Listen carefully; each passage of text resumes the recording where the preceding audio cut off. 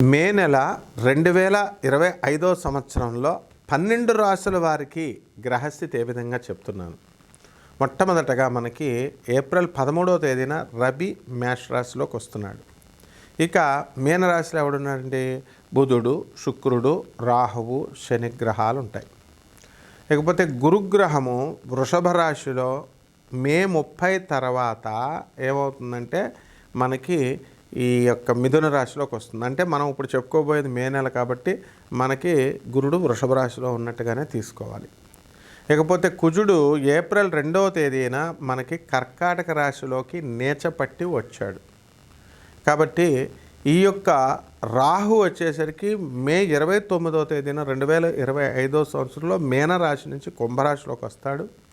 అలాగే ఈ యొక్క కేతువు ఈ యొక్క కన్యా రాశి నుంచి సింహరాశిలోకి వస్తాడు. ఇదండి గ్రహస్థితి. కాబట్టి ఈ గ్రహస్థితి ద్వారా మనకి 12 రాశుల వారికి ఎలా ఉందో మనం విడివిడిగా ఒక్కో రాశికి చూద్దాం. ఇకపోతే ఈ ప్రతి ఒక్కళ్ళకి కూడా భార్యాభర్తల మధ్య సమస్యలు ఈ నెలలో ఎందువలన ఇలాంటి సమస్యలు వస్తాయి అంటే మనకి అక్కడ శుక్రుడు రాహుతో కలిసి ఉన్నాడు.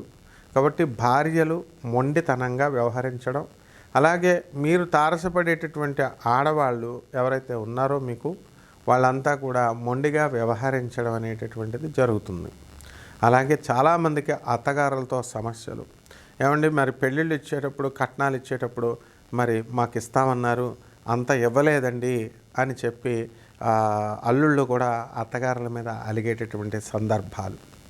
ఆ తర్వాత భార్యాభర్తల మధ్య ఈ అత్తగారులు దూరిపోయి అస్తమాను రోజు ఫోన్ చేస్తూ ఆ కూతురిని అన్ని విశేషాలు అడగడం, కొత్తగా పెళ్ళైనటువంటి ఈ యొక్క అమ్మాయిలకి వాళ్ళ తల్లిదండ్రులకి ముఖ్యంగా తల్లికి అన్ని విషయాలు చెప్తారు.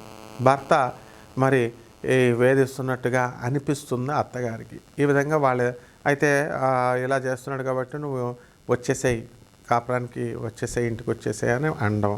ఈ విధంగా వాళ్ళు వచ్చేయడము, అది చిన్న చిన్న సమస్యలు ఈగోలుగా మారిపోవడము, ఈ విధంగా అనేకమైనటువంటి భార్యాభర్తలు పాపం వాళ్ళ తప్పిదాలు లేకుండా విడిపోయేటటువంటి సందర్భాలు జరుగుతున్నాయి.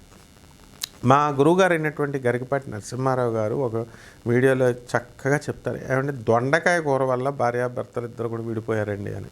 అంటే ఏం చేస్తారు? ఫోన్ చేస్తారు. ఫోన్ చేసి ఏం కూర వండావమ్మా అంటే అక్కడ అత్తగారింట్లో దొండకాయ పాదు ఉంది కాబట్టి దొండకాయలు కోసుకి దొండకాయ కూర వండామ్మా అంటారు.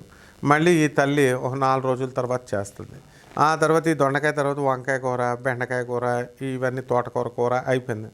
మళ్ళీ 4వ రోజు ఫోన్ చేసేసరికి మళ్ళీ దొండకాయ రొటేషన్లో వీళ్ళు కోస్తారు. కోస్తే మళ్ళీ తల్లి అడుగుద్ది ఏం కూర వండావమ్మంటే దొండకాయ, మొన్నే కదా దొండకాయ వండావు మళ్ళీ ఏంటి అని వీళ్ళని అడగడం. ఇలా రకాలుగా మళ్ళీ ఇంకో రొటేషన్లో ఇంకొక 5 రోజులు పోయి దొండకాయ రావడం వీళ్ళ కర్మకాలి. ఈ విధంగా ఏంటి అస్మాన్ దొండకాయలే పెడుతున్నాడు, మా అమ్మాయిని సరిగ్గా చూడట్లేదని చెప్పేసి మరి వచ్చేసాయి సూట్ కేసు పెట్టుకుని వెళ్ళిపోవడం అమ్మాయి. ఈ విధంగా కాపురాలు వెళ్ళిపోతున్నాయని ఎంతో చక్కగా చలోక్తిగా చెప్తారు గురువుగారు. ఆయన సరదాగా చెప్పినప్పటికీ ఇది వాస్తవంగా ఇంచుమించు ఈ సమస్యలన్నీ కూడా భార్యాభర్తల మధ్య సమస్యలన్నీ కూడా ఇలాగే ప్రారంభం అవుతాయి అన్నమాట. కాబట్టి దీని అంతటికీ కారణం ఏంటంటే అండి కుజుడు వీక్ అవ్వడం. ఆ వీక్ అయ్యేటటువంటి కుజుడు ఇప్పుడు అయ్యాడనమాట. మొన్నటిదాకా కూడా కుజ స్తంభన జరిగింది. మిథున రాశిలో ఉన్నటువంటి కుజుడు మీకు చాలా ఉత్తమ ఫలితాలను మీకు ఇవ్వలేదు. అలాగే ఏప్రిల్ 2 తర్వాత ఈ యొక్క కుజుడు నీచపట్టి కర్కాటక రాశిలోకి రావడం అనేటటువంటిది జరిగింది. కాబట్టి ఇక్కడ కర్కాటక రాశిలో కుజుడు నీచపట్టాడు కాబట్టి మనకి భార్యాభర్తల మధ్య సమస్యలు అనేటటువంటివి బాగా పెరిగిపోతాయి అన్నమాట. కాబట్టి ఎవరైతే ఇట్లాగా ఈగోలు ఇట్లాంటివి అన్నీ ఉన్నాయో అటువంటివన్నీ కూడా వీళ్ళు తగ్గించుకొని వీళ్ళు జాగ్రత్తగా కాంప్రమైజ్ అయ్యి ముందుకు వెళితే ఇటువంటి సమస్యలు అనేటటువంటివి ఉండవు. ఇకపోతే ఈ నెలలో కోర్టు సమస్యలు కూడా మనకి అధికంగా అవడానికి ఎక్కువ అవకాశాలు ఉంటాయి. కాబట్టి ఎవరైతే భార్యాభర్తల మధ్య చిన్న చిన్న గొడవల కోసం కోర్టులకు వెళ్తారో ఆ కోర్టుల్లో పాపం ఆనరబుల్ జడ్జెస్ అవనియండి, లాయర్లు అవనియండి, పోలీస్ ఆఫీసర్లు అవనియండి, లేదా పెద్ద మనుషులు అవనియండి, మిమ్మల్ని కలిసి ఉంచడానికి శతవిధ ప్రయత్నాలు చేస్తారు. ఎవరు కూడా విడగొట్టాలని చూడరు. ఇది మీకు బుధుడు చేసేటటువంటి సహాయం. అయితే మీరు ఆ సహాయాన్ని రిసీవ్ చేసుకోరు అని క్లియర్గా మనకి బుధగ్రహం సూచిస్తుంది. ఆ బుధుడు మీనరాశిలో ఉన్నప్పుడు మీకు కమ్యూనికేషన్ స్కిల్స్ తగ్గిపోవడం కానీ, లేదా అవతల వాళ్ళు చెప్పేటటువంటిది మిస్కమ్యూనికేట్ అవుతుంది. ఏంటి వీళ్ళు ఏదో చెప్తున్నారు, వాళ్ళు పాపం మంచి ఉద్దేశంతో మీకు ప్రజలందరూ కూడా మీకు కాపురం చేసుకోమ్మా అని చెబితే వీళ్ళు ఏం చేస్తారంటే వీళ్ళు రివర్స్ గేర్లో వీళ్ళు ఆలోచించుకోవడం అనేటటువంటిది జరుగుతాయి. ఇకపోతే ఇప్పుడున్నటువంటి ఈ ఆధునిక ప్రపంచంలో మనం కనుక తీసుకున్నట్లయితే ఇప్పుడు సాఫ్ట్వేర్ ఉద్యోగాలు ఇవన్నీ కూడా ఈ రేడియేషన్స్ ఎక్కువగా ఉన్నటువంటి వస్తువులు, కంప్యూటర్స్, ఇలా ఫోన్లు, ప్రతి ఒక్కళ్ళు కూడా ఒక్కొక్క ఫోన్ తీసుకోవడం, ఇలా చేసుకోవడం ద్వారా ఈ రేడియేషన్స్ ద్వారా మనకి మీ బాడీలో ఉన్నటువంటి ఈ గ్రంథులన్నీ కూడా కుంచుకుపోవడం, సంకోచించడం, కాంట్రాక్ట్ అవ్వడము.